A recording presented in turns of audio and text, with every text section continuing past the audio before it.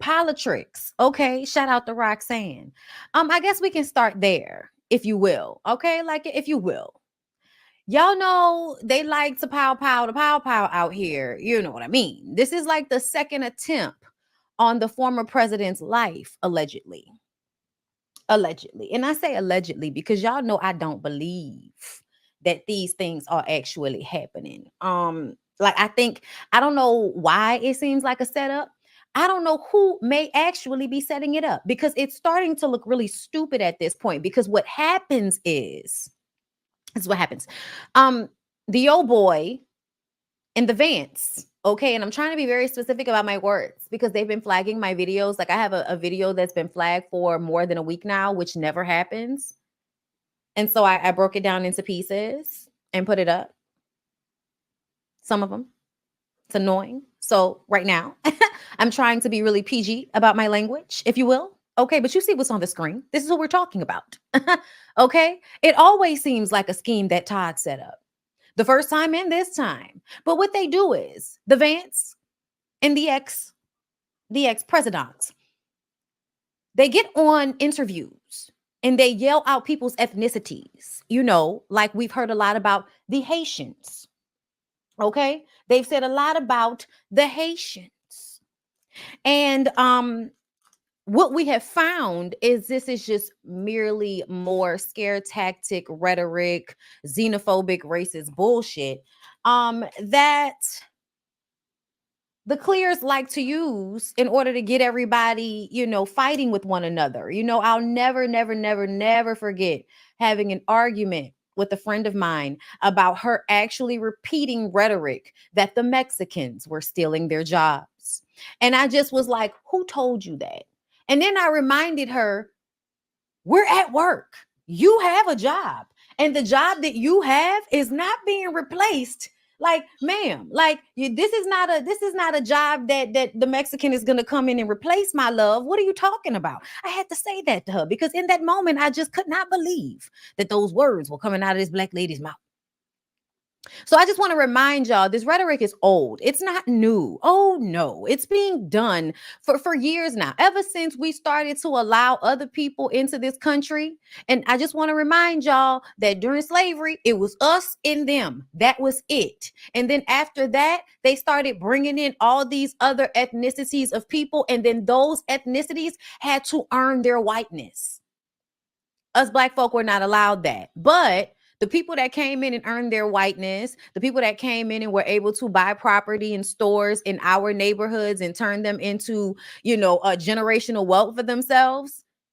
Crazy, right? All off of what Dr. Martin Luther King and the civil rights movement was fighting for. Literally, most of those things were given to ethnicities that weren't even here when all of the shit was going down, girl. Ain't never had a relative hung from a tree in Georgia and not their whole damn life. But for some reason, they're able to create generational wealth for themselves in our communities. And then everybody thinks that this is all about black people not being smart and shit. No, this is not what that's about. You also have to consider all of the factors involved to keep black people from getting these opportunities. Have you ever asked yourself why the mom and pop stores don't seem to make it the way some of these other stores seem to make it over the years?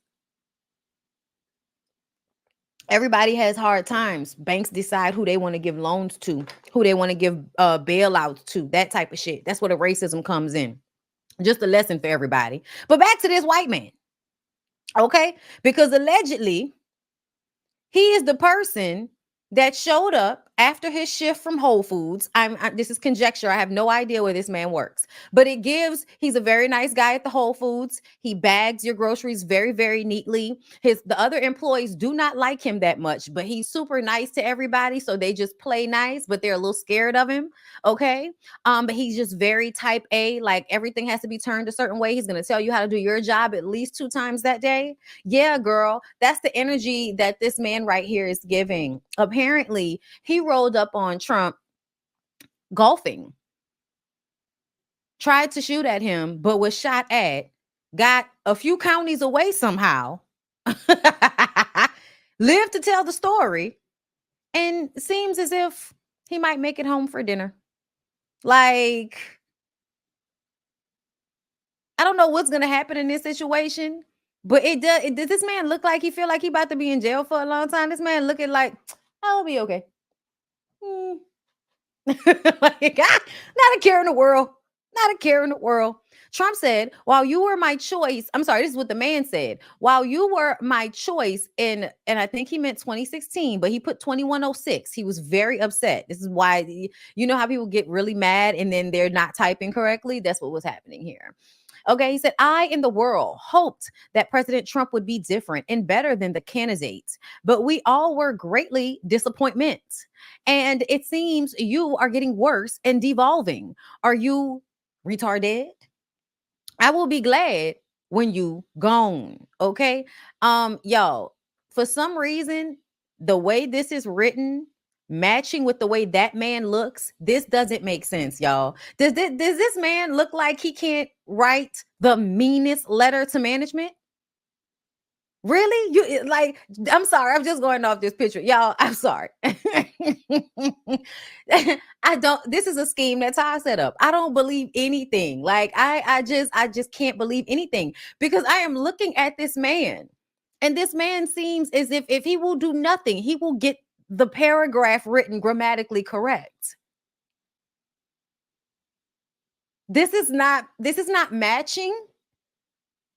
I'm unsure of how you've had it up to here. If you thought he wasn't devolving from the beginning, like I'm so confused about the people that do vote for Trump. That's why, I tell y'all don't come over here. Whoever y'all are, stay away from me because I don't understand your brain chemistry. Like, I think something's like up here, something's not connecting because the shared experience we lived during the pandemic was greatly due to the fact that this man was not capable of this job, but y'all gave it to him anyway. Like, we were inside for a year and a half. Never before in recent history have the all of the Americas in the world had to stay inside and not breathe within 6 feet of each other in order to keep from girl, I'm trying not to say words, okay? Unliving. That was greatly due to the fact that he is not smart, he is ill-equipped, he is ignorant, he is not a good candidate for anything, and the only reason he has been successful is the privilege from being rich, the privilege from being Caucasian, and the privilege from being in the right rooms with the dirtiest of people. The thing that I need for everybody to pay attention to from the Diddy situation, and this is how I knew who Diddy was before y'all did, because I told y'all about Diddy a long time ago. A long time ago. But specifically, when I watched the Hugh Hefner documentary, when I watched that Playboy Mansion documentary, it was like ding, ding, ding, ding. All these little lights was going off in my brain, letting me know that Diddy was doing the same thing that Hugh Hefner was doing. You create these spaces for these parties, which in regular grown people life, yeah, you want to go to the parties, you want to have a good time. You might want to have a threesome in a room with somebody and then take your ass home the next day. You know what you don't want to happen? You don't want to be drugged beyond your own recognizance. Like you want to be able to be in control of your own shit when you are doing these things. You don't want people putting things in your drink, slipping things to you without you knowing about it. You want to be aware and down for the ride, and whatever happens, you want it to happen, not something that is completely done against your will. You see what I'm saying? So the things that were going on in those homes with Hugh Hefner, with Diddy, people like Trump, do you know what they do? They record everything. And then they have evidence. This is what Hugh Hefner was doing to people. This is why stories that came out about women being hurt, abused, unalived at the mansion would disappear. It's because they would invite all of the people to the parties. And then once the people did shit on camera, now I have dirt on you. And so now you're going to acquiesce. This is what Diddy has been doing. This is what Trump has been doing.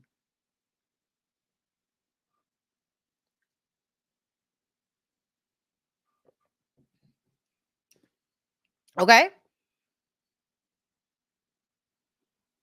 So I don't trust anybody because I pay attention to patterns. Okay. And this right here is the second time something has happened where someone was trying to hurt that man and it did not look right, sound right. It all seemed like a scheme. I'm noticing a pattern. I'm noticing a pattern. So I don't believe anything that's going on here, but what I do know is um we just need to get through November with everybody alive. You know what I'm saying? Everybody needs to be alive. Let's make it through November. Let's make it to, knocking him down and letting this be done. And hopefully the next time he can possibly run for president, he won't be able to. He's already like what, 70 something years old. Like, can we just get Kamala for 8 years? Okay, just 8 years of fixing all of the detrimental shit that's been done. We need to rework this whole Supreme Court situation because that's not cool. Like the fact that any old evil president can put in crazy people and now everybody's rights are taken away. Yeah, no. We need to redo that whole Supreme Court situation because that's not giving fair. That's not giving fair. That's giving, y'all gave people ultimate power against us. And this is supposed to be for us and by us, bitch. FUBU. Okay, like that's what it's supposed to be. The whole country, everything that it is predicated off of is the lives that are inhabited within it. That's why you have to get a birth certificate and a social security card because you are worth something in this matrix, regardless to whether they, let you think you are. You are absolutely somebody's insurance policy money. Do you understand me? In this country, you are somebody's insurance policy money. Understand that. So yeah, this is all very scary. You know what I'm saying? The world is a scary place. And so this is why we focus on shit that doesn't really matter because this shit is scary around here. Okay, we would much rather argue about who's supposed to be at the Super Bowl than deal with the fact that the Supreme Court just snatched people rights away and we just got to sit here and wait on another voting process that could possibly be overtaken, skewed, messed with, trifled with, and then we got to go through another set of people sitting and judging and telling us what's going. Girl, all for everybody to get away with everything just like they did the last time. This can sometimes be very disconcerting. This can all be very discouraging, girl. But you know what? You do your parts. You do your parts anyway because there's nothing else for you to do because you don't want to look back and wish you had done something different. So do what you must in the moments that you can. Because someday you may not even have the right that you have now. Think about it, y'all. I was thinking about this the other day. Before we get into this, I was thinking about this the other day. People do not trick or treat the way they used to back in the 90s when we was kids. They would even have like the block parties, the Crime Stoppers block parties at the same time as Halloween. So everybody would be outside at night. And there's like this big old party. They used to do this so much in the 90s down here in New Orleans. And I remember there were times where it's like, people would not want to go. Or my dad just being an asshole and not letting me go. Or, whatever. You know what I'm saying?